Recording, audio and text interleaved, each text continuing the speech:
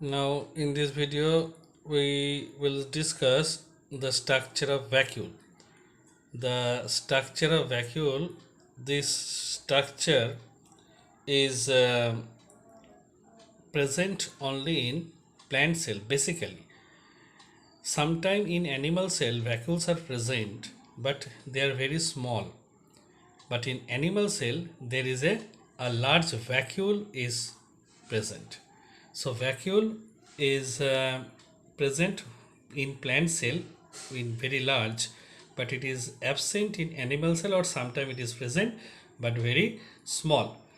This is the, you can see, if this is a cell, this is a plant cell, and this is the structure of vacuole. This vacuole is surrounded by the membrane is known as tonoplast. So this membrane is known as tonoplast, and this vacuole contains some liquid substances inside this. This is known as cell sap. So this is the structure of vacuole. Now you can see the vacuole is bounded by the membrane which is known as tonoplast, and this vacuole, inside the vacuole there is the liquid which is present is known as cell sap. This liquid is contain mineral, sugar, carbohydrate, organic acid and some pigment.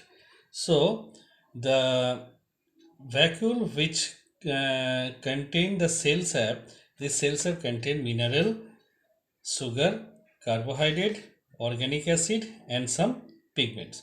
This vacuole is basically present in plant cell.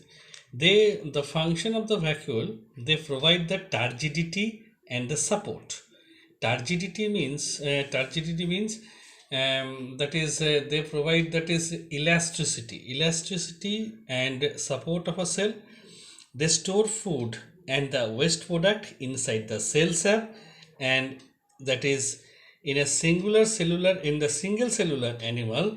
It helps them to maintain their water balance. So vacuole, when it is present in single cell animals, so like amoeba, paramecium, so these single cell animals, these vacuoles maintain the water balance inside their body. And this in protozoa, they helps in digestion of food. In some protozoans is one type of that is called unicellular organism. They helps in digestion of food. So the vacuole provide the turgidity and support. They store food and waste product. In a single cellular, they helps in water balance, and in protozoa they helps in digestion of food. So this is the structure of vacuole, and this structure is contained two things. One is the bounded by tonoplast, inside there is a cell sap. So when the vacuole is fully fully charged with water, is when inside the cell the water is entered, vacuole is fully charged with water. So this vacuole is enlarged, and cell become turgid. But when water enter into the cell, the vacuole is enlarged, and that type of cell is known as turgid cell.